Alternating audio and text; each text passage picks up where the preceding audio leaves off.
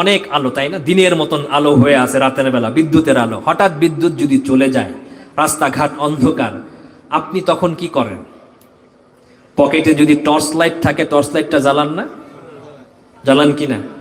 Torch light থাকলে torch light জ্বালান, না থাকলে কার কাছে লাইট আছে তার সাথে সাথে বাড়িতে যান। কারণ এই অন্ধকার পথে বিদ্যুৎ না থাকার কারণে বাড়ি পর্যন্ত পৌঁছাইতে হইলে ওই হাতের কাছে টর্চ লাইট দিয়েই যাইতে হবে, অন্যথায় গর্তে পড়ে যাওয়ার ভয় আছে, অন্যথায় রাস্তার পাশে পড়ে যাওয়ার ভয় আছে, অন্যথায় হোঁচট খাওয়ার ভয় আছে, ব্যথা পাওয়ার আশঙ্কা আছে। আছে না নাই? তখন সেই ক্ষেত্রে কি করি আমরা?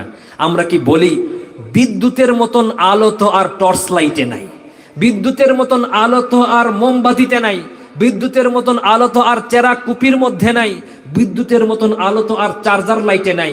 কাজেই বিদ্যুৎ যখন নাই, চার্জার লাইট জ্বালাবো না, টর্চ লাইট জ্বালাবো না, মোমবাতি কুপি জ্বালাবো না, অন্ধকারে বসে থাকবো, অন্ধকারে চলবো, অন্ধকারে খাবো। বলেন তো দেখি, খাওয়ার সময় সে খাবারের সাথে